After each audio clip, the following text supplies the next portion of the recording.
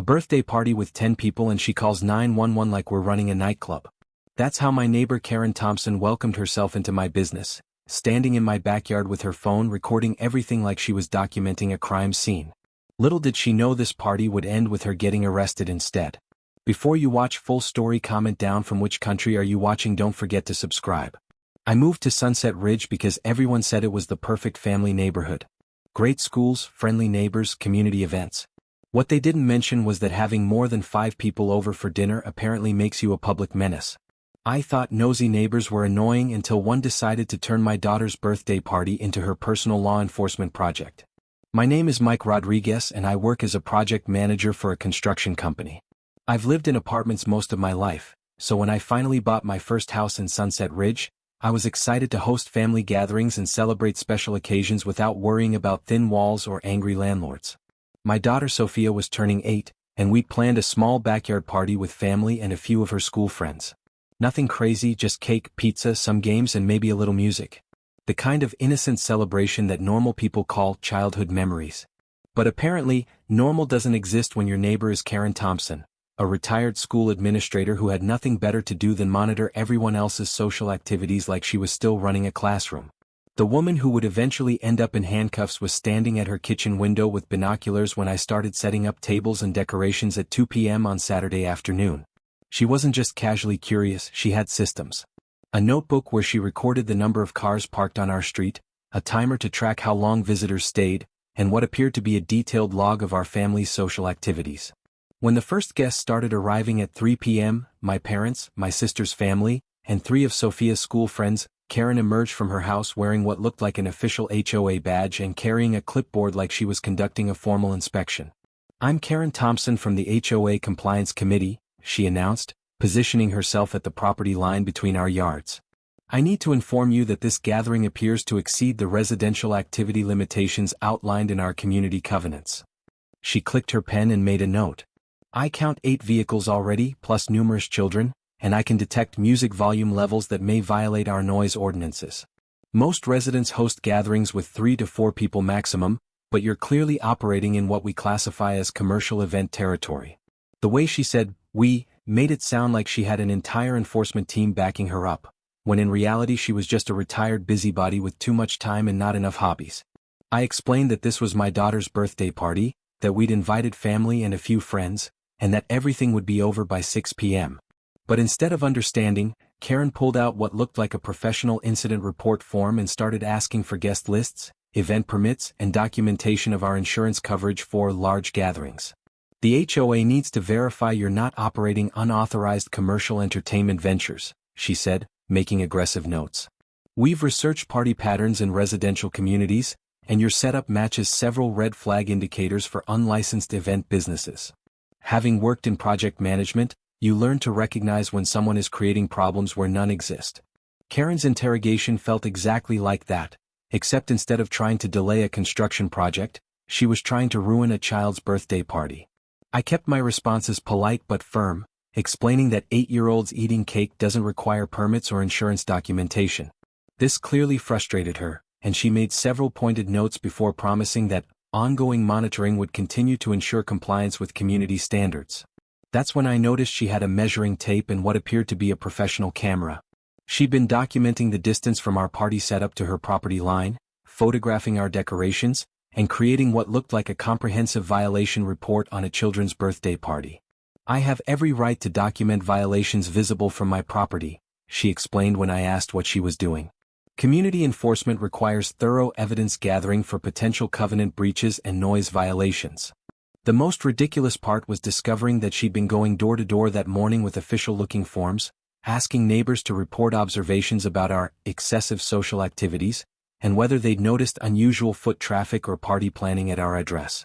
She'd created what she called a neighborhood disturbance assessment, with checkboxes for different types of violations, essentially recruiting other residents to participate in surveilling our perfectly normal family celebration.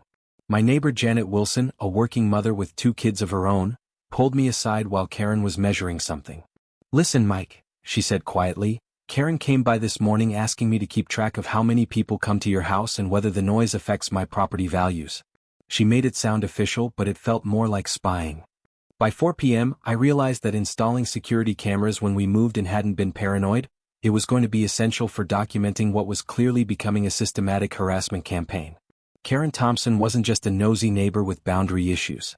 She was someone with an obsessive need to control her environment who had decided that our family gathering represented some kind of threat to community standards that needed to be stopped through whatever means necessary. I told myself this was probably just an isolated incident with an overly zealous HOA member, but as I watched her taking photos of children eating birthday cake like she was documenting evidence of a crime, I knew this was only the beginning of something much more serious. I had no idea that her clipboard surveillance was just the opening move in what would become a neighborhood conflict involving multiple police responses, public hearings, and viral social media drama that would expose the dark side of HOA power trips. The party continued peacefully for the next hour. Kids played games, adults chatted, and Sophia was having the time of her life opening presents and laughing with her friends. It was exactly the kind of wholesome family gathering that most people would consider the perfect use of a suburban backyard. But Karen had other plans. At 5:15 p.m., just as we were bringing out the birthday cake, I heard sirens approaching our street. 2 police cars pulled up in front of our house, and I watched in disbelief as uniformed officers got out and started walking toward our backyard where 8-year-olds were singing Happy Birthday. Behind them, I could see Karen standing in her driveway with her phone held high, clearly recording the entire scene with what appeared to be smug satisfaction. Officer James Martinez approached me with a confused expression on his face. "Sir, we received a noise complaint about a large party with excessive music and possible alcohol violations. But this looks like a kid's birthday party." His partner, Officer Lisa Chen, was looking around at the decorations, the children, and the birthday cake with obvious bewilderment.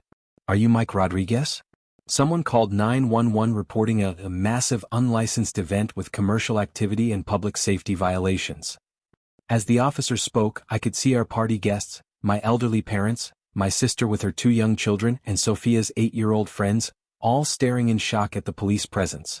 Sophia looked like she was about to cry, confused about why her birthday party had suddenly become a police investigation.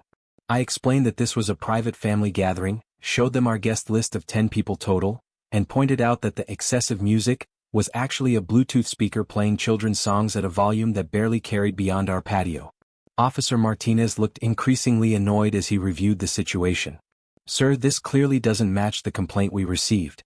Someone reported a party with dozens of people, loud music that could be heard blocks away, and suspected alcohol sales to minors." That's when Karen made her second critical mistake of the day. She approached the officers with her clipboard and camera, apparently expecting them to congratulate her for reporting this serious violation of community standards. "Officers, I'm Karen Thompson from the HOA Compliance Committee," she announced, holding up her badge like it was some kind of official law enforcement credential. "I've been documenting multiple covenant violations and public safety hazards at this residence." She began presenting her evidence, photographs of children playing games, measurements of our table setup, and detailed documentation of the number of cars parked on a public street. "This unauthorized gathering has been disrupting community peace for over 2 hours, she continued, apparently oblivious to the officer's increasingly skeptical expressions. "I have photographic evidence of noise violations, parking infractions, and possible commercial activity." Officer Chin interrupted her presentation. "Ma'am, we're looking at a birthday party with 10 people eating cake. What exactly do you think the violation is here?" Karen doubled down, insisting that the gathering exceeded HOA guidelines, that we hadn't obtained proper permits, and that the presence of decorations and music constituted a commercial event that violated residential zoning restrictions. That's when Officer Martinez asked the question that would change everything. "Ma'am, do you have any official authority to enforce HOA regulations, and did you actually believe this birthday party constituted a 911 emergency?" Karen's confident expression began to shift as she realized the officers weren't treating her like a community hero exposing dangerous criminal activity. "The HOA covenants clearly state," she began, but Officer Chen cut her off. "Ma'am, calling 911 for a non-emergency is a misdemeanor offense. Filing false reports about criminal activity is also illegal. Are you telling us you believe this children's birthday party represents a genuine emergency that requires police response?" The backyard had gone completely silent except for the sound of "Happy Birthday to You," still playing softly from our speaker. Everyone, adults, children, and police officers, was watching Karen realize that her harassment campaign had just backfired spectacularly. Officer Martinez asked to speak with me privately while his partner continued questioning Karen about the nature of her complaints and whether she understood the difference between HOA disputes and criminal emergencies. "Mr. Rodriguez, has this neighbor been harassing you about normal residential activities?" he asked quietly. "Because false police reports are a serious crime, and we're getting a lot of these HOA-related calls that waste emergency resources." I explained about the months of surveillance, the door-to-door recruitment campaign, and her systematic documentation of our family's normal activities like we were running some kind of criminal enterprise. Officer Martinez nodded grimly. "We see this pattern sometimes, people who think HOA authority gives them the right to weaponize emergency services against neighbors they don't like." When we returned to the group, Officer Chen was explaining to Karen that 911 is for genuine emergencies, not neighbor disputes about birthday parties. "Ma'am, you've wasted emergency resources on a non-emergency call. You've filed a false report about criminal activity. And you've harassed a family during a private celebration. I'm going to need you to put your hands behind your back." The entire party watched in stunned silence as Karen Thompson was arrested for filing a false police report and misuse of emergency services. As the handcuffs clicked into place, her expression shifted from smug satisfaction to shocked disbelief. "This is ridiculous. I was protecting the community. They're violating HOA regulations." Officer Chin calmly explained that HOA violations aren't criminal matters and that calling 911 to report a children's birthday party was not only inappropriate but illegal. Sophia tugged on my shirt and whispered, "Daddy, why is the mean lady getting arrested at my birthday party?" I knelt down and explained that sometimes when people make bad choices and call the police for no good reason, they get in trouble instead of the people they were trying to bother. The irony wasn't lost on anyone present. Karen had called the police to shut down our party, but instead of ruining our celebration, she created the most memorable birthday story Sophia would ever have. Janet Wilson, who had been watching from her yard, started laughing. "I can't believe she actually got herself arrested trying to stop a kid's party." Other neighbors who had gathered to see what the commotion was about were shaking their heads in disbelief. Tom Patterson, an elderly man who lived across the street, approached me after Karen was loaded into the police car. "Mike, I'm sorry you had to deal with that," he said. "Karen's been complaining about normal neighborhood activities for months. She tried to get me cited for walking my dog past her house too often." As the police cars drove away with Karen in custody, something remarkable happened. Our little birthday party turned into an impromptu neighborhood celebration. Neighbors who had come out to see what was happening ended up staying to meet each other and share stories about Karen's harassment campaigns against various residents. Janet Wilson brought over cookies she'd been baking. The Patterson family joined us for cake. Even Mrs. Garcia, the elderly widow from the corner house, came over to apologize for not speaking up sooner about Karen's behavior. Sophia, who had been confused and upset about the police interruption, was now delighted that her birthday party had somehow brought the whole neighborhood together. "This is the best birthday ever," she announced, apparently deciding that having the mean neighbor arrested was even better than getting extra presents. Officer Martinez returned an hour later to check on us and provide some follow-up information. Karen Thompson was charged with filing a false police report and misuse of emergency services, he explained. She'll face fines and possibly community service. More importantly, there's now an official record of her harassment behavior. He also mentioned that the police department was implementing new procedures for HOA-related calls to prevent future abuse of emergency services. "We get way too many calls from people who think 911 is their personal HOA enforcement hotline," Officer Martinez said. "What happened here today sends a clear message that emergency services aren't tools for neighbor disputes." The best part of the entire situation was watching our community transform overnight. Word spread quickly about Karen's arrest, and neighbors who had been quietly dealing with her harassment for months finally felt comfortable sharing their experiences.